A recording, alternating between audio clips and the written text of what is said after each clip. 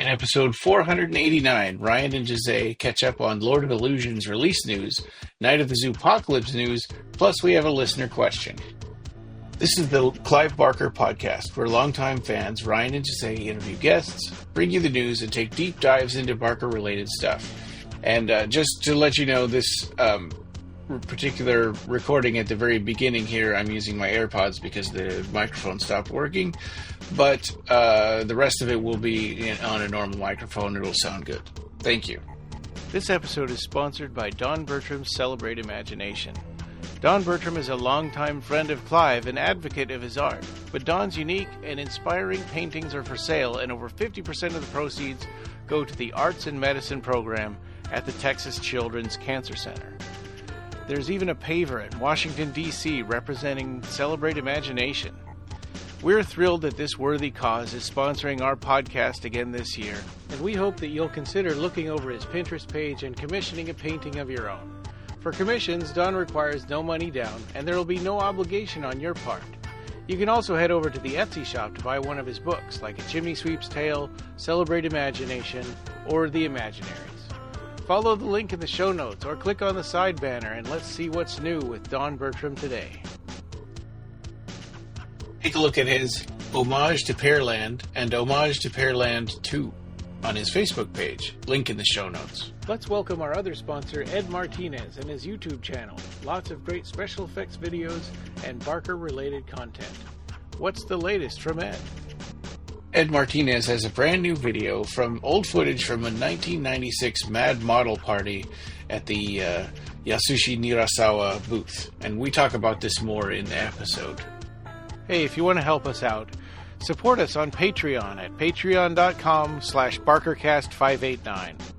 Our subscribers will get exclusive access to content not available anywhere else, like our Collector's Corner video series, rare Barker videos, and early behind-the-scenes stuff. Our supporters get to help us choose episode topics and even join us on the podcast. Our supporters also get access to the exclusive channel in our Discord server. We'll be forever grateful if you consider helping us out and subscribing to our Patreon. We owe everything to this circle of magicians, so let's give a shout out to our Patreon supporters and see what's new on Patreon. Special thanks to the circle of magicians who are our Patreon supporters: David Anderson, Eric Vanderholt, Daniel Elvin, Amanda Stewart, Bradley Gartz, Marcus, and of course our returning sponsors Don Bertram's Celebrate Imagination and our new sponsor Ed Martinez's YouTube channel. The newest thing on our Patreon is a Cenobites by Trick or Treat Studios New York Toy Fair preview, so check it out. Welcome to episode number 489 of the Clive Barker Podcast. And I was planning on doing this episode from the new BarkerCast studio in my shed, but I've run into some snags. It's using two Wi-Fi repeaters to get the internet out there, and I figured out that the computer is not, it's coming out at like 5 or 6 megabits per second out there, and it drops all the time. So I wouldn't support a Zoom call, I don't think. Not with speeds that low, which is crazy. And the upload speed is higher than the download. It's like 20 up, but like 6 down. It's looking really good by the pictures that you sent us. Oh, thank you. Yeah, I've got like 6 TVs in there now. A whole bunch. Starting to get a little small. I haven't hooked up all the game consoles yet. Some of them are still in here. This room looks like a bomb went off. I'm sure. So, yes. Yeah. I know how it is when you're like boxing things and you put things on the ground, you make piles of things. You're going to be like, I'll figure out where to put that later. Yeah, exactly. That's what it is. Yeah, and then also that place isn't huge. The TVs are taking up a lot of space, so there's a lot of this stuff that's going to have to stay out here. Or stay in here. Yeah. Have you been having any time to watch anything recently or gotten into any new good shows? You have the Apple TV thing, right? So have you watched Severance yet? Oh, yeah. I'm all caught up on Severance. Oh, okay. I don't know anything about Severance. I'm thinking about possibly subscribing to that so I can watch it. It's a good show. It's really weird. Like, It's hard to, there's some stylistic choices that I don't understand. Like everybody drives 80s cars and they use like 80s computers, but they have like regular modern time cell phones. Yeah, I guess it's just the aesthetic that they want to go with. It's almost like a different self-contained thing, kind of right? like a yuppie culture sort of a deal. The reason why I brought that, of course, because of Adam Scott, because, ever since Bloodline came out, which was his first, I think it was his first credit ever, first movie that he was in. And now look at him doing Severance, and everybody was talking about it and stuff. And that's amazing how far he's gone. Severance is interesting also because it's like, you have your work personality and your home personality. And like, I don't talk about this podcast to people at work. Because it always starts out with having to explain even who Clive Barker is. And once you have to do that, it's kind of like, well, what's even the point? Yeah, I get what you're saying. I get it. I did bring it up because I got a new job recently, as you know, and our listeners probably know. It's been an interesting experience. It's a better job than I had before, so I'm happy about that. But yeah, every time you're going into training, one of the first things they ask you is like, oh, break the ice. Like, tell us one thing about you that nobody knows or whatever. Yeah. And sometimes I bring it up. Like, I have a podcast with my buddy, Ryan. Oh, what's it about? It's a literary podcast. I just leave it at that. There you go. That's good. It's we talk about books, movies. Sometimes we interview actors and directors and authors. And they're like, oh, okay. Well, what's it called? And that if they ask that, then that's when I say it's the Barker Cast. But it's like you said, then the next eventual question is, well, what's that? And then you have to explain. Usually, most people get it when you say, you know Hellraiser, the guy with the pins in his face? Like, yeah, he wrote it. I hate having to say that. Yeah, I know. So this is kind of a news episode. We've got a little bit of discussion stuff too. But the first thing is, and you would have, if you're listening to this, you would have heard it a little bit in our sponsorship section at the beginning, but Ed Martinez's new video from way back in 1996 at a Mad Model Party. So it was like a sculptor's kind of a model convention. Ed Martinez giving kind of a tour of the Yasushi Nirasawa booth. So he's a sculptor that does a lot of like anime characters, and it was pretty cool. Oh yeah, it's like a 5-minute video, and I think that Mad Model Party you said was in Pasadena, California. This is back in the heyday of garage kits. There was a lot of stuff on display from builders, people who went there because they're kit builders, or people just wanted to see what was cool on the booths. And one of the featured guests there was Yasushi Nirasawa, and he worked in stuff like Godzilla, right? He worked in Godzilla Final Wars. Yeah, he was a production designer. Designed probably the new Gigon, because that looks like his style. Oh yeah. And the Monster X or whatever that turned into the Gigon, I forget what it was called. It was like a normal human-sized guy, and then it grew into Gigon. Oh yeah, he also did production design on Hellboy and I think Final Fantasy, Vampire D, Bloodlust, Godzilla Final Wars, Archangel Thunderbird, a video game called Deep Fear. That was a Sega Saturn game. I have that. Was it?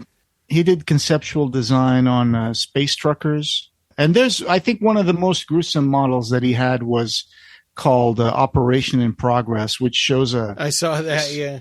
Yeah, the crazy model with many arms that's like operating on himself. That's featured pretty heavily in this video, yeah.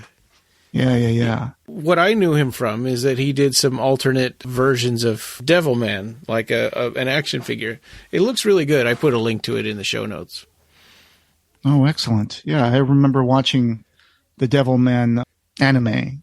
There's a couple of movies from Devilman that I've seen, I think. There's this 1970s series, and then it's got 2 like OVA movies, and then it's got like Amon Apocalypse of Devilman, and now there's a Netflix series called Devilman Crybaby.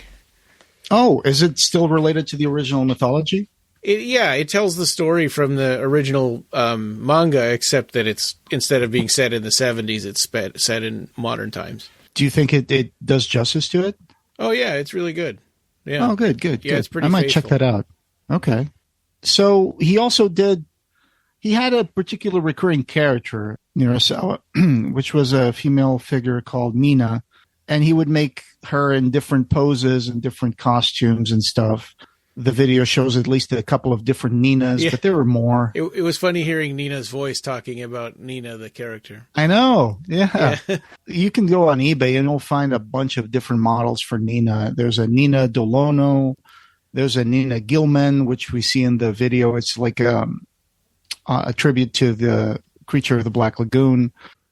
Yeah, and his studio was called Future, and it was spelled differently. Yeah. It was Few. F-E-W, yeah. Yeah, Ture, Future. But one of the things that he did was really cool was the skull bite, which I remember from the old Cenobite.com Hellbound web website. There was this model that was a bust. Oh, yeah, wow. I don't think I ever saw this before. I'm looking at it for the first time right now. Yeah, it's really cool, isn't it?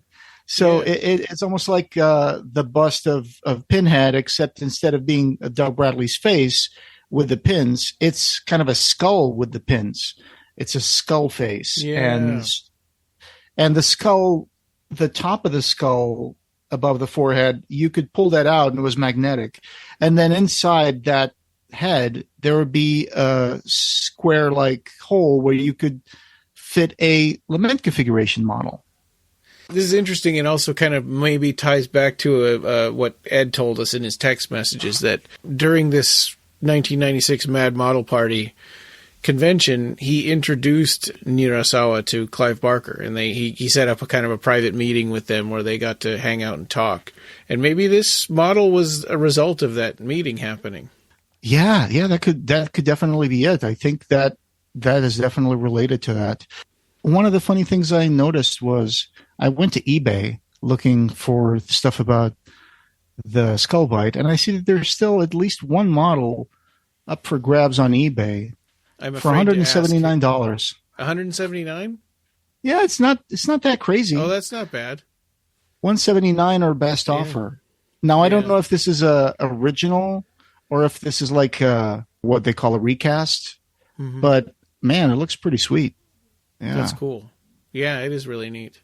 I'll add that to the show notes as well. Yeah. Let me go ahead and add that. Nirasawa on eBay. While you're doing that, we can go into our next thing. Lord of Illusions is going to have a 4K release from Scream Factory. So Scream Factory made the previous Blu-ray, HD release, and now there's going to be a 4K release from them. So I'm excited about that. We'll be able to see flesh with a god's eyes in Ultra HD.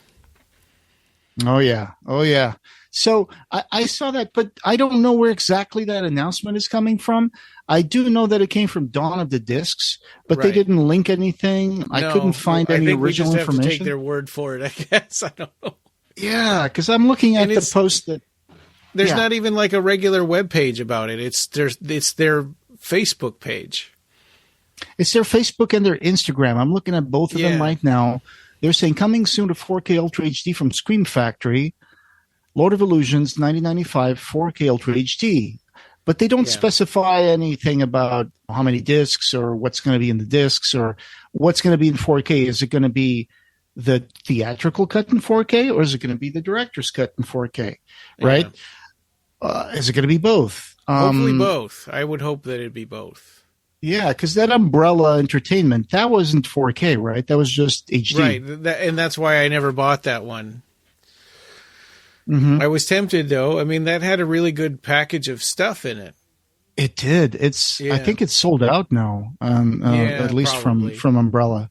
Well, and Shout Factory's original HD release has been out of print for a while now. Yeah, that's true. But digging a little more into this, I found, as usual, that there's a thread for this on the Blu-ray.com forum. And the guy who posted it announcing that is this guy called Mifune Fan, Blu-ray Emperor. That's his little subtitle in the forum. And he's saying, Clive Barker's Lord of Illusions on 4K Ultra HD tentatively in June. More info coming soon.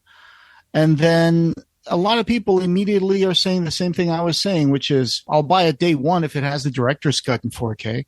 They want to know more. They want to know what's going to be in 4K, right? Because that would be terrific. If it was the director's cut, then that, yes, of course, that would be the first time it's coming out. The Arrow release of Nightbreed had only the theatrical cut in 4K because the director's cut was remixed with using HD footage. So you can't all you can do is upscale it. They would have to completely re-edit the movie if they wanted to make that in 4K. But I don't think it's the same thing with Lord of Illusions. Like you said, when they found the footage, they scanned it in HD for the Nightbreed director's cut.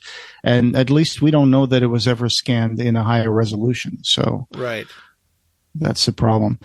I'm looking at the Umbrella website just because we were talking about the Umbrella one, which is not 4K. But I was looking at the package. I didn't get it either. But the package looks so cool with the 2 DVDs and all the little mini lobby cards and poster and the book by Phil and Sarah, right? I know that was the thing that kind of killed me. Is like but it's like I already have a Blu-ray. didn't want to buy another one. I have so many different copies of the same movies because I buy them and then I get them autographed, and then because they're signed, I can't get rid of them, and then I buy the new ones that come out and I get those autographed. Yeah. I get it. It's just part of who we are that we like to collect all this stuff. Yeah. I actually wouldn't mind trying to get that Umbrella one, but now that's out of print, it's probably going to be expensive to find. I need to look into that. But well, and this new one, hopefully this new one will have the book too. I don't know. That would be nice. That would be nice, but I guess we have to wait and see what the package is going to look like and what's actually going to be in 4K. Right. So this isn't even an announcement from Shout Factory or Scream Factory. Let's see what happens. Okay. So I'm excited about that. I hope that it's real, and I hope, like you said, that the director's cut is in 4K. Because really, the director's cut, in my opinion, is just. I mean, it's only 11 minutes longer, but it's superior. I mean, it just adds some things that are nice to have.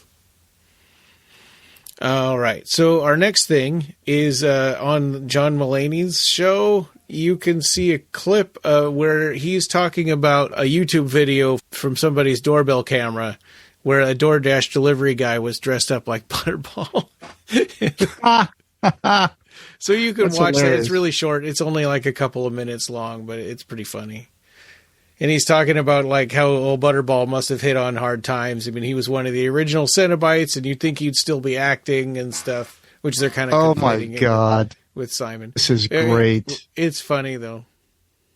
This is hilarious. I'm seeing it now. I'm seeing but they really went all out for the costume. He's got like the belly wound and everything, and it's pretty good for an amateur kind of The mask is a little bad, but he's got like a leather jacket full of like metal studs and whatever. It's like, and he puts the food down and then he gets his phone and takes a little picture of the delivery, which is just a cherry on the cake. Yeah. Oh, that was so good. Yeah, that's funny. I mean, sure, he isn't Pinhead, but he's a classic. He's in the Order of the Gash. He's an angel to some, a demon to others. That's what Richard says. Oh, that's great. Yeah, that's funny.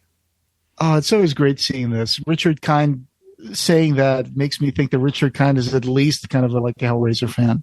Yeah, and they both knew that he was only in the original 2 Hellraiser movies, which makes me think they know enough about Hellraiser to know that. That's pretty good. Yeah. I found the Reddit thread for that where someone says, Richard Kind dropping lore.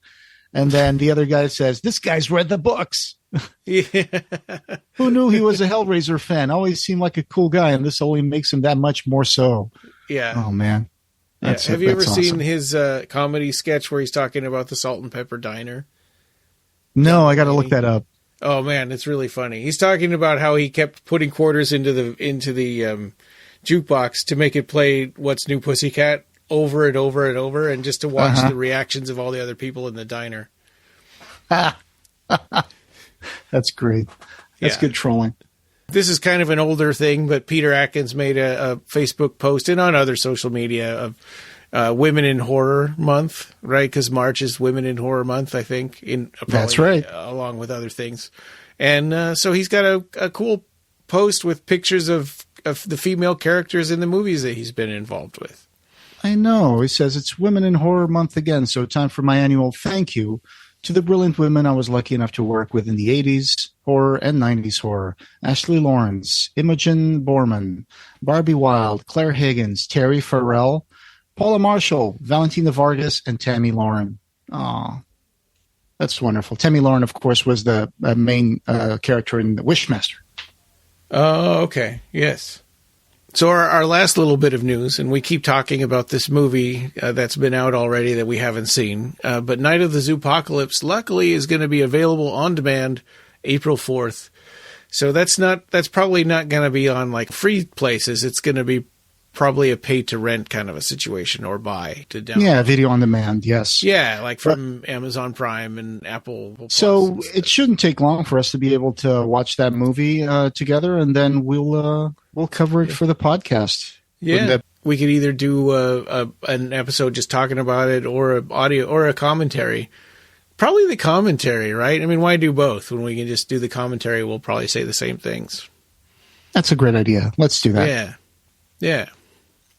And I'll probably buy it, although I think I'd prefer to buy a disc copy if it's possible. I haven't heard anything about that. Yeah, this article doesn't mention it, right? It just talks about. I'm sure it'll come out eventually on disc or something. Yeah, and if there is a free version somewhere on one of your subscriptions, we'll let everybody know. Like check HBO Max and Netflix and stuff. I keep calling it HBO Max, even though it doesn't have HBO in the name anymore. It's just Max now. I know.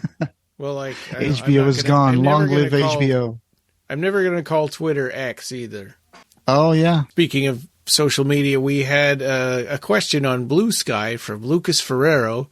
He said, "Hi there. Did you make an episode of the Clive Barker mangas? The Hellraiser adaptation done by Naruho Amino, and also his adaptation of the Yattering and Jack. I love your podcast. Saludos from Argentina." Oh, thank you, Lucas. Saludos. Yeah. That's pretty cool. I only knew about this manga because you told me about it. I mean, I think, isn't there like a picture of it in Shadows in Eden? Right. I think I've seen a picture of it in there. But I didn't know about the Yattering and Jack. Right? I mean, we all know about the regular comic adaptation, but I don't know about this manga one. Exactly. So I'm also hearing about the Yattering and Jack for the first time. I know that the first one, the Hellraiser one, someone already found a way to buy it and scan it and put it up on Facebook, right? It was called the Hellraiser Manga Project. And someone put that... Translated, I think. Yeah. Okay. But I didn't know about the Yattering and Jack. So I'm, as soon as you sent me this, I was trying to find more information about that. I don't know anything about that. So, Lucas, if you're hearing this, please send us images of what that Yattering and Jack adaptation looks like, because I have no clue about that. Yeah. And so when we do it, because we've talked about it briefly before, but we've never dedicated an episode to it. And so that was my response to him, is that it's on our list to talk about, but we haven't gotten to it yet. Oh my God, I found it. Oh. I have found it. It's in Japanese, though. It is in Japanese. Right? I am going to add that to the show notes. Oh my God. Right. Thank you, Lucas. This is another scoop from Argentina. Yeah. To the Barker cast. I'm going to say this is the Yattering and Jack manga by, what was the name of that artist? Naruho Amino. Naruho Amino. Yeah. Naruho Amino. I found it on a website called Dex Manga, I think. Oh, Let me go ahead. It popped up on Google. Hopefully it's not a hentai website. I'm sorry if it is. I don't know. There you go. I've added it to the show notes. Excellent. Yes, I see it. We got something to read. Hopefully. Yeah. Well, and so I think if we make that episode, we should put both in there, right? We can talk about both, the Hellraiser one and the Yattering and Jack one. Yeah. Well, Yeah. at least I found it on a website, but I don't know if we can actually read it. But, manga Dex. Looks like you might have to register for this one. And I'm not sure about that. But anyway, you can at least see the first page of it. Yeah. I think it's Jack Polo walking into his house, and there's a window where the demon is looking out of, a dark figure with glowing eyes. So I think this might be a way of getting that story. So were these commercially available or just kind of like fan homebrew kind of projects? No, I think these were commercially available. So if that's the case, then there might be translated versions of them out there somewhere? Your guess is as good as mine. I've never seen bookstores you can find rows and rows of translated manga. Right, but for example, that Hellraiser manga project, that it showed that it came from a magazine called Manga Bear or something like that. I forgot now what it was. So it was like one of those magazines in Japan. Yeah. I don't know, since those things were so popular and they were, often just left in subway trains and stuff for people to read. I don't know how much of that has been actually archived or released more internationally. So probably not. Those are hard to find. Probably there would be licensing issues to do that. Yeah, I guess. Alternative title for this manga says it was also called The Lower Devil and Jack. I was trying to find more information about that, like what year this could have been, but I so far I'm just literally coming across it on the internet. And thank you, Lucas. I'll have to see if we can find more. I see that you've also posted on X, August of last year, about the manga of Yattering and Jack. And thanks for putting us on the trail for another obscure Clive Barker project that we need to find. Yeah. And so kind of our last thing, this was something that Ed had brought up to us just before we started recording. There's the Dark Dreamers YouTube channel. And you had mentioned to Ed that used to be a DVD set, and now it's kind of a YouTube channel. Yeah, I think Ed probably knows about that. He probably owns that.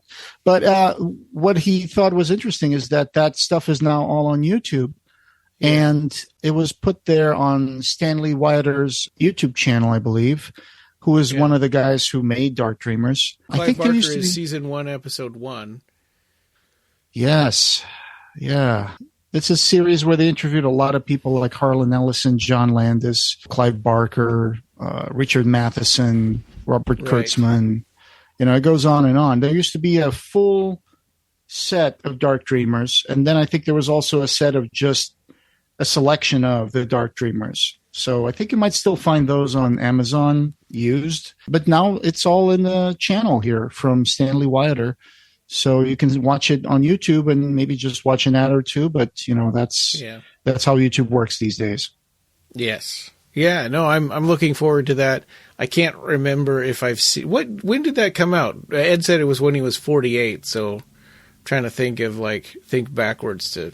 Is from 2011. 2011, okay. So that would have been around the time that I visited his house the first time and went to Texas Frightmare Weekend the first time. And according to what Ed was telling us, I think this particular episode of Clive Barker, I think he was 48, and I think it might have been recorded the day after his birthday. Oh, okay. Coming up next, we wanted to talk about the Silesium Quadra, Barbie Wilde's new book, right? And so it brings together all of the different Sister Celeste stories into one book, and it ends with a new story, Queen of the Labyrinth. So this book opens with the story Sister Celeste that came out originally in the Hellbound Hearts, right? Yeah. And then it's got the Silesium trilogy, which is the Silesium Configuration, the Silesium Rebellion, and Sister Celeste, of course. And then Queen of the Labyrinth. That's where the story concludes. And then there's also a biography of Barbie Wilde. They link to Stephen Shulo's art, Adrian Baldwin, the illustrator of this book. And it's a really nice little thing. Yeah. Yeah. Sick, but in delicious ways. Hellraiser's Doug Bradley. Yeah. And we're looking forward to that. Hopefully Barbie Wilde can come and talk to us about it. Would be nice. That'd be good. Yeah. And then, of course, like we talked about, we're going to do Night of the Zoopocalypse, probably commentary on that at this point. We're not going to do first impressions from seeing it in the movie theater because for me, that was impossible. Jericho Squad's going to come back. The new book club of Blood will be Dread. And, of course, episode 500. And we did get one more suggestion from Don Bertram that I really liked, and that kind of got my imagination going, is like doing a retrospective on what we've done over, since the beginning. And we could just kind of hang around and talk about it and put in clips, from the episodes. Yeah, that sounds like a really good idea, Don. Thank you for the suggestion. Yeah, I like that. I think that might be the front runner as far as like ideas for that episode. And we're only 11 episodes away from it now, right? We're on 489. And this podcast, having no beginning, will have no end. Thank you for joining us, and we hope you have subscribed or followed our podcast.